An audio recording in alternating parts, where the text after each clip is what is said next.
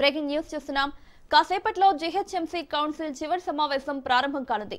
మరో 2.5 నెలల్లో ప్రస్తుత పాలక వర్గం సమయం ముగియనుంది. ప్రస్తుత పాలక వర్గానికి ఇదే చివరి కౌన్సిల్ సమావేశం. 45 ఎజెండా అంశాలపై కౌన్సిల్ సమావేశంలో సభ్యులు చర్చించనున్నారు. కౌన్సిల్ మీటింగ్ కు జీహెచ్ఎంసీ కార్పొరేటర్లతో పాటు నగరానికి చెందిన ఎంపీలు, ఎమ్మెల్యేలు, ఎమ్మెల్సీలు హాజరు కానున్నారు. గడిచిన 5 ఏళ్లలో చేసిన పనులపై కౌన్సిల్ మీటింగ్ లో చర్చ జరగనుంది.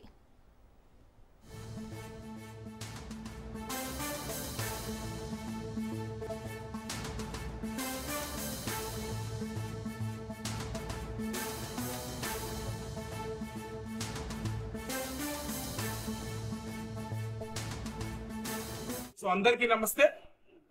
ఈరోజు భాగ్యనగర్ ప్రజలు మా దున్నపోతు గారికి విజ్ఞాపన పత్రాన్ని అందజేస్తా ఉన్నారు. ఎందుకంటే ఈ రాష్ట్ర ప్రభుత్వ అధినేత అయినటువంటి ముఖ్యమంత్రి గారికి ఇచ్చిన, నగర మేయర్ గారికి ఇచ్చిన, ఇంకా పెద్ద పెద్ద అధికారులకు ఇచ్చిన ప్రజా సమస్యలు తీరట్లేదు. కాబట్టి భాగ్యనగర్ ప్రజలందరూ కూడా దున్నపోతు గారికి విజ్ఞాపన పత్రాన్ని సంఖ్యలతో సహా ఇస్తా ఉన్నారు. భారత్ మాతాకి జై. గత 5 సంవత్సరాల నుంచి ఎన్నో సార్లు మేయర్ గారికి, కమిషనర్ గారికి ఎన్నో వినతి పత్రాలు అందజేశాము. కానీ దున్నపోతు మీద వర్షం పడ్డట్టు ఎక్కడా స్పందించలేదు. ఎలాంటి పనులకి కూడా మాకు పరిష్కారం రాలేదు. కాబట్టి ఈసారి మేయర్ గారికి అర్థమవుతుందని చెప్పి జీహెచ్ఎంసీ కౌన్సిల్ ఉన్నందుక ఈ రోజు దున్నపోతు గారిని కూడా మేము తీసుకొని రావడం జరిగింది. దున్నపోతు గారికి కూడా వినతి పత్రాలు అందజేయడం జరిగింది అని చెప్పి ఈ దున్నపోతు గారిని ఈ రోజు ఇక్కడికి తీసుకురావడం జరిగింది. దున్నపోతు గారికి మా వినతి పత్రాలు కూడా అందజేయడం జరుగుతుంది. దున్నపోతు సార్ ఈడ ఏం లేదు సార్. ఇంకా మాకు రోడ్లు బాగాలేవు, డ్రైనేజ్ మంచిగా లేదు అని చెప్తే ఇట్లా సంఖ్యలు చేసి మస్తు కొట్టిరు సార్. మొన్న తలలు వల కొట్టిరు, మావి కాళ్ళు చేతులు ఇరగొట్టేసిర్రు. అంటే గింత మరి మా floor leader Shankar Yadav sir అయితే ఏమన్నాడు తెలుసుకున్నా, 4 సర్ములు నేను కార్పొరేటర్ ఉన్నా భాగ్యనగర్ హైదరాబాద్ లా, కానీ గిసంటి రక్త చరిత్ర రక్తం చూసినటువంటి కౌన్సిల్ మేయర్ మాత్రం ఎక్కడ చూలేదని చెప్తుంది సార్. మరి ఏం చేద్దామంటారు? మరి మన ముఖ్యమంత్రి ఏం స్పందిస్తలేడు సార్. అందరికీ నమస్తే. ఈరోజు భాగ్యనగర్ ప్రజలు మా దున్నపోతు గారికి విజ్ఞాపన పత్రాన్ని అందజేస్తా ఉన్నారు. ఎందుకంటే కాసేపట్లో జీహెచ్ఎంసీ కౌన్సిల్ చివరి సమావేశం ప్రారంభం కానుంది. మరో 2.5 నెలల్లో ప్రస్తుత పాలక వర్గం సమయం ముగియనుంది. ప్రస్తుత పాలక వర్గానికి ఇదే చివరి కౌన్సిల్ సమావేశం. ఇక ఇదే అంశానికి సంబంధించి మరిన్ని అప్డేట్స్ మా ప్రతినిధి సైదులు లైవ్ లో అందిస్తారు. సైదులు,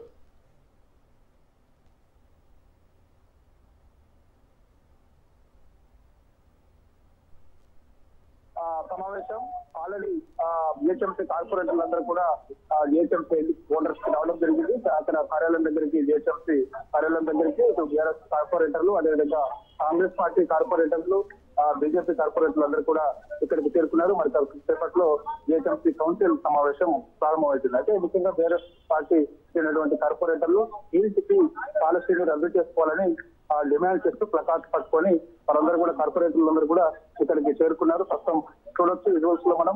వీరందరూ కూడా బీఆర్ఎస్ పార్టీ కార్పొరేటర్లు 10,000 ఎకరాల పారిశ్రామిక భూములను కొల్లగొట్టేందుకు రేవంత్ సర్కార్ కుట్రలు చేస్తుందని చెప్పేసి కూడా ప్లకార్డ్స్ పట్టుకొని ఇక్కడ ఇచ్చారు. రియల్ ఎస్టేట్ వ్యాపారం చేస్తున్న కాంగ్రెస్ ప్రభుత్వం అని చెప్పేసి రేవంత్ రెడ్డి ఫోటోతో ఒక ప్లకార్డ్ పట్టుకొని వచ్చారు.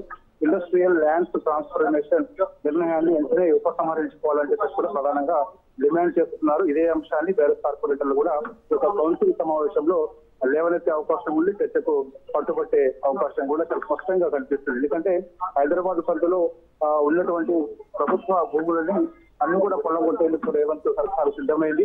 9,292 ఎకరాల ప్రభుత్వ భూముల్ని కొల్లగొట్టేందుకు సిద్ధమవుతున్నారు. దాదాపుగా వాటి విలువ 5 లక్షల కోట్లకు పైగా ఉంటుంది. కానీ 5,000 కోట్లకు మాత్రమే కొందరికి కట్టబెట్టేందుకు సిద్ధమవుతున్నారని చెప్పేసి కూడా బీఆర్ఎస్ కార్పొరేటర్లు ఆరోపణలు చేస్తున్నారు. ఈ కౌన్సిల్ సమావేశానికి గ్రేటర్ హైదరాబాద్ పరిధిలో ఉన్నటువంటి బీఆర్ఎస్ పార్టీకి చెందినటువంటి ఎమ్మెల్యేలు హాజరయ్యారు. వాటితో పాటు కార్పొరేటర్లు, బీఆర్ఎస్ పార్టీకి ఉన్నటువంటి కార్పొరేటర్లు కూడా హాజరయ్యారు. ఆల్రెడీ బీజేపీ కార్పొరేటర్లు అందరూ కూడా సమావేశానికి హాజరయ్యారు.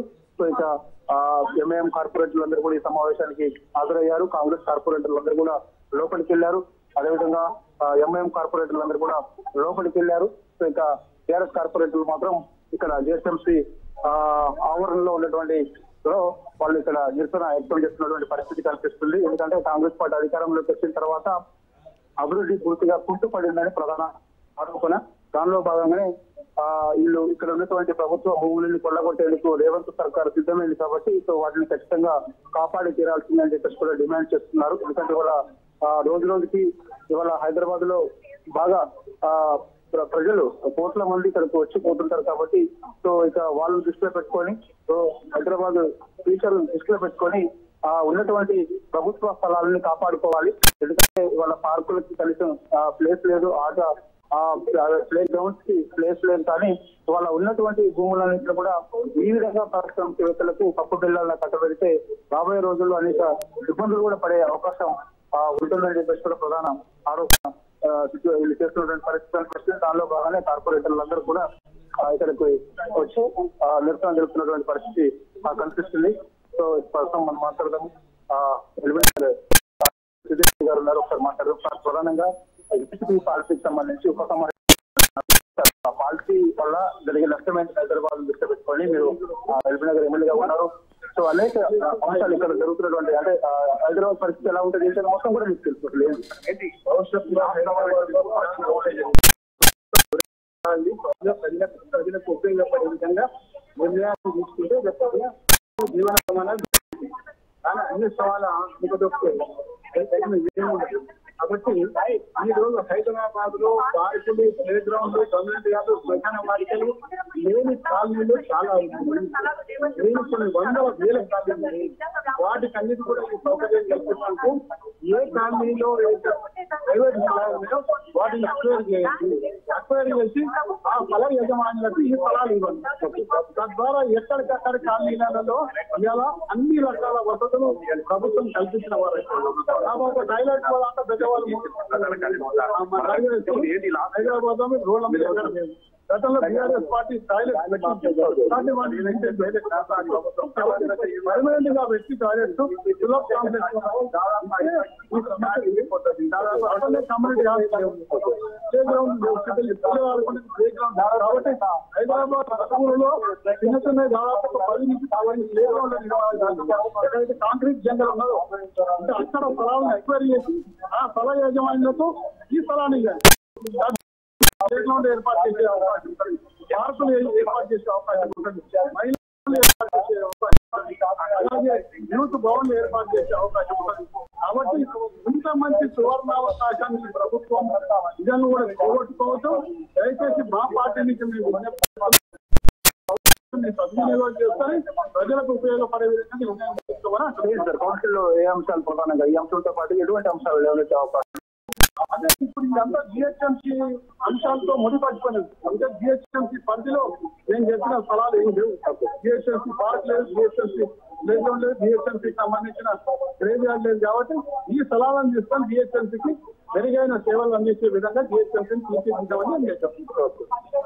ప్రధానంగా ఈ పాలసీ ఏదైతే ఉందో ఆ పాలసీని ఉపసంహరించుకోవాలని కూడా వస్తున్నారు. అభివృద్ధికైనా చర్చకు పెట్టాల్సిందని చెప్పేసి కూడా వస్తున్నారు. కాంగ్రెస్ పార్టీ హైదరాబాద్ లో పూర్తిగా పడిన చెప్పేసి కూడా బీఆర్ఎస్ పార్టీ కార్పొరేటర్లు చెప్తున్నారు. కూడా ఈ యొక్క జిహెచ్ఎంసీ పవర్ లోనే ఉన్నారు. సో ప్రకాష్ పట్టుకొని నిరసన తెలుపుతున్నారు. సో వీళ్ళందరూ కూడా ఇక్కడే ఉన్నారు. సో నిరసన తెలిసిన తర్వాత సో మరి కాసేపట్లో వాళ్ళు అందరూ కూడా కౌన్సిల్ సమావేశానికి వెళ్లే అవకాశం అయితే కనిపిస్తుంది. ఎందుకంటే ప్రధానంగా ఈ యొక్క పాలసీ వల్ల చాలా ఇబ్బందులు తలెత్తే అవకాశం ఉంటుందని చెప్పేసి కూడా చెప్తున్నారు. ఆ యొక్క ప్రభుత్వ భూములు ఏవైతే ఉన్నాయో వాటిని ఈ యొక్క జిహెచ్ఎంసీ పార్కులకి అదేవిధంగా ఆట స్థలానికి కేటాయించాలి. కానీ ఈ విధంగా పారిశ్రామికవేత్తలకి కేటాయించడం వల్ల రాబోయే రోజుల్లో అనేక ఇబ్బందులు తలెత్తే అవకాశం ఉంటుందని చెప్పేసి కూడా బీఆర్ఎస్ పార్టీకి చెందినటువంటి ఎమ్మెల్యేలు చెప్తున్నారు, కార్పొరేటర్లు కూడా చెప్తున్న పరిస్థితి కనిపిస్తుంది. కాబట్టి చూద్దాం ఒకసారి మనతో మాట్లాడుకున్నాం, కార్పొరేటర్లతో కూడా మాట్లాడే ప్రయత్నం చేద్దాం. ప్రస్తుతం మనతో మళ్ళీ కార్పొరేటర్ ఉన్నారు, మాట్లాడదాం. ఈ పార్టీకి సంబంధించి ఏ అంశాలు ఇంకా ఒక అంశమైన ఏ అంశాలు మీరు కౌన్సిల్ సమావేశంలో ఏమైనా అవకాశం జిహెచ్ఎంసీలో జరుగుతున్న అదే కాకుండా అక్రమంగా కాంగ్రెస్ ప్రభుత్వము అధికార ప్రయత్నం చేస్తున్నారు. అప్పుడు గతంలో బీఆర్ఎస్ ఉన్నప్పుడు అది ఇండస్ట్రియల్ కూడా తీసుకొని ఇండస్ట్రియల్ పర్పస్ అదే 50% అక్కడ ఉన్న ఎంప్లాయీస్ గృహాలు కట్టారు, అవన్నీ చెందాలని చెప్పి గత ప్రభుత్వం జీవో 20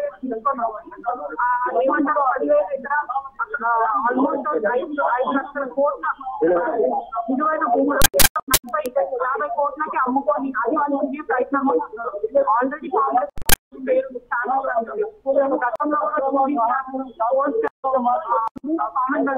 వాటికంటే పెద్ద ఇలాంటి అమౌంట్ రావాలి జిఎస్ఎంసీ లో పరిధిలో ఉన్న ఈ భూములను కాపాడడానికి ఒక బాధ్యత మనం కూడా పాల్గొంటున్నాం. ఇదే కాకుండా ప్రధానమైన సమస్య పత్రాలు అందజేశాము కానీ రైట్ సైదులు థ్యాంక్ యూ ఎక్కడా స్పందించలేదు. ఎలాంటి